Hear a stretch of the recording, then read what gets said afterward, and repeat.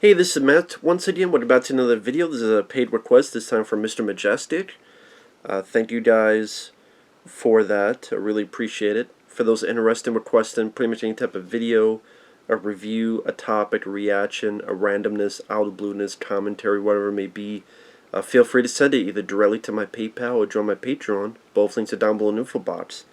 And this is for... And I did a reaction to this. I don't know if I'll be able to upload it.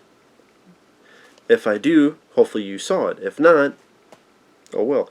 But it's an audio podcast called Bad Vibes. And there's an episode called Rarities. And he wanted me to give a listen to it. It's done kind of an anthology, Tales from the Crypt style. It's about 30-some minutes long. I'll put the link to it down below. I would say, because I don't want to spoil it, I would give it a listen with headphones. I think it's very well done. I thought it was creepy. The lead guy, funny enough, made me think he sounded like Zach Galligan from Gremlins and Waxwork 1 and 2. I don't know why. Like how he would sound nowadays, because Zach, his voice is a little bit deeper. But it's not, but it just made me think of Zach Galligan. Maybe a little bit of Guy Pearce, but like, is that Zach Galligan? No, it's not. But then I just kept picturing him. And it's him going to an estate, and some old guy has passed away, so his son wants to sell all this crap. So he's bringing this guy in. I want you to look in this area and tell me, what is this worth? What's that worth? And then certain things happen. Again, I thought it was a creepy story. I thought the ending was satisfying. I'll spoil it, but not yet. Satisfying ending. There's a bit of a build-up, but I think it's worth it.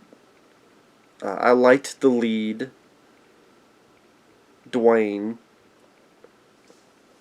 And I thought it had really exceptional music and sound design.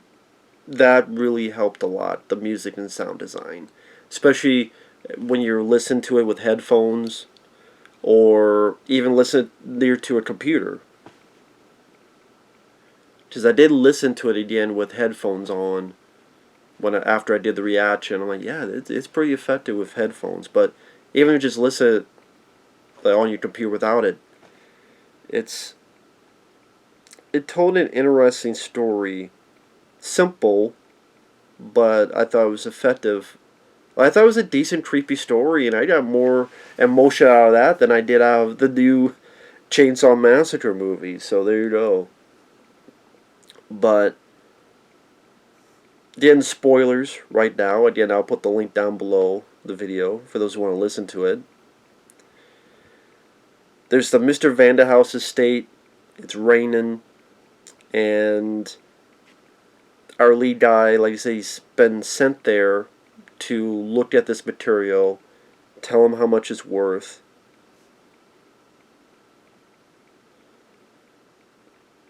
And there's some hidden, like, walk-in vault. And then pretty much, they said, you can't take anything there. Well, I gotta at least take my tape recorder. Well, okay, fine, but nothing.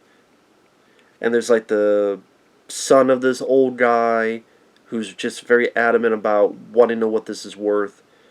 This butler who has like a .38 pistol, so you know he could probably shoot you in the head if he wants to. And then most of it is our lead left alone in this vault, talking to his tape recorder, looking at what all the contents of this vault happens to be. And that's where, with the sound design and the music and the stuff he keeps finding out about, it painted creepy pictures. Now, what was he finding? All sorts of murderabilia, meaning memorabilia that consists with murder. Whether it be John Wayne Gacy's outfit and photos And he's like, wait a minute, these are an autopsy. These are photos from when the guy was doing the crimes. How the hell did he get these? Oh, it's Nazi stuff? Oh my god, it's teeth. Lamps made from skin. Oh, it's Ed Dean. There's Ed Dean, John Dean, whatever. Which I liked. Ed Dean, or whatever. He's right there, and he's stuffed, and there's his plaque, and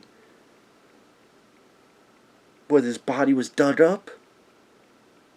What, there's this guy with a gas mask, and he was with this thing called the acid bath murders, and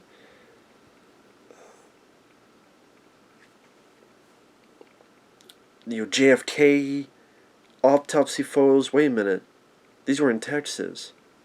The autopsy was done in California. Wait, no, in DC. In DC. Wait, but these are from Texas. Wait a minute, this stuff here. Oh my god, wait, no one's ever seen this. And I thought the lead guy did a good job. You may say he's being over the top, but if I saw all this shit, I'd be over the top too. And he's like talking to himself, he's in the middle of a vault. You can only express the story with your voice. So I think it works in this instance. And then the one thing that sticks out, again, this is heavy spoilers, is the missing photo, is a missing girl photo and article. I said, wait a minute, like, this is a display that wasn't done yet, and why is this here, and this seems very different from the others, and this girl has red hair, and I said, wait a minute, red hair. And at the very beginning, before he went into this, he found a nonchalant trunk, and he opened it up. There was nothing there but some stuff and some strands of red hair. So he goes back there, there's a false bottom, lifts it up, and you just hear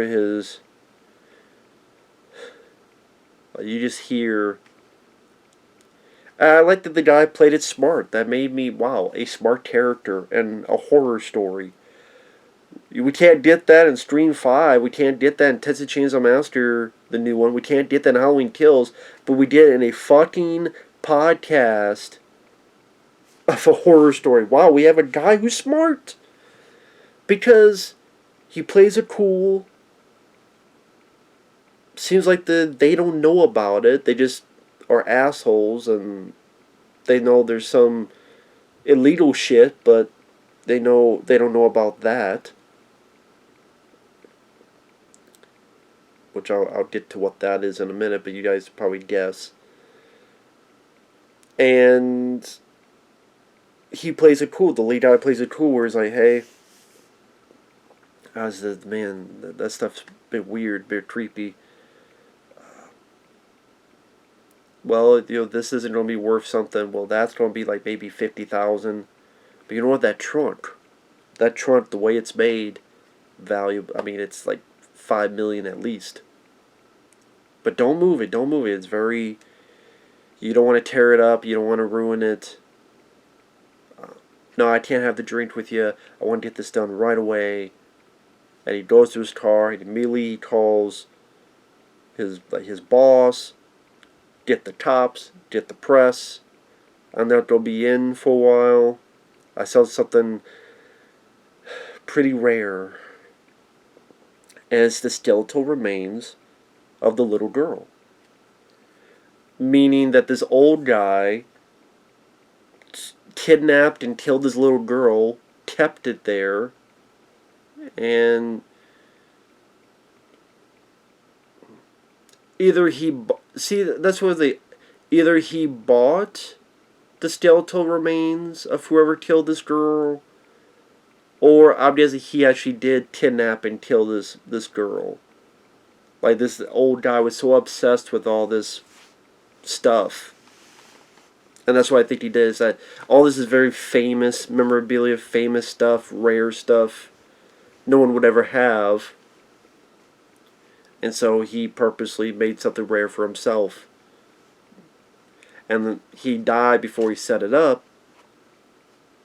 That's why he was still hidden in the trunk. Because when this first started, I thought, oh, is this guy going to find like a snuff film because maybe think of 8mm. Or I thought, oh, it's gonna be one of those, if it's supposed to be like Tales from the Crypt, it's gonna be one of those twists of, oh, the guy's gonna get killed and he's gonna be one of the display and that's a rare thing. No. He saw under this false bottom the remains of this girl. He played it cool, got the fuck out of Dodge, called the cops, called the press. So that's what it is, a satisfying ending. And I thought, okay, it didn't need to be anything else. That's my point. Sometimes with horror stories, people try to go so big, so it's shocking, but we gotta go even bigger with it. We gotta go even more crazier. We gotta go even more downbeat. We gotta go even more. It's like, no, more doesn't automatically mean better. This is how the story should have ended. It worked. It fit. It didn't overstay its welcome. And overall, I did quite enjoy it. I think also because I enjoy the exploration angle. Personally, I enjoyed it wasn't a downbeat ending. Because it's just... Well, if it's the little girl, that's downbeat. But I mean, like, the guy not getting killed, like him getting away and getting these guys and getting the cops pressed onto them. That's what I mean by upbeat. At least something like that came about. And the exploration angle, being this one location and just visualizing in your head as you listen to this. Like, this would be like a cool horror short film. With Zad Galligan, perhaps. He could play this guy. And just like a creepy vault, you get a good atmospheric direction on it. And the music, and just with the flashlight, going to all these creepy displays of John Wayne Gacy and Charles Manson stuff was there. Ted Bundy, like words that he said, phrases, reflecting on the light, and he saw, oh, it's rust. Oh, wait a minute, this is blood. Stuff you could capture with the flashlight, and again, the oppressive claustrophobic air, and bad vibes. If they ever see this, I'll tell you, if you ever do a short film, get Zach Galligan. I think he would work for this. I think you could do it. I mean, you need a location. You need replications of this stuff to scatter around. Just pretty much, you need a car to wait outside and stuff for the rain. You need a room or two to talk with the guy, and actors. You need 4 actors at most. The lead, the guy selling the stuff, the butler with the 38, and then on the phone there's the voice of a lady that he talks to. Call the cops, this and that. So you only need those 4. Really, is like the environment, location, the equipment, and all the stuff to set up. I mean, it would take some money, but not like millions of dollars either. I think that'd be really cool. But, what can you do? But yeah, I really enjoyed this. This was satisfying. Again, it's sad in a way that I got more out of this than horror films of recent. Other than Malignant. I really enjoyed Malignant and Willy's Wonderland. But I mean, like, creepy new Chainsaw, new Stream, they didn't do shit for me, but this did. So, go figure. So with that said, thanks for watching. Take care. We'll see you guys later. Bye-bye.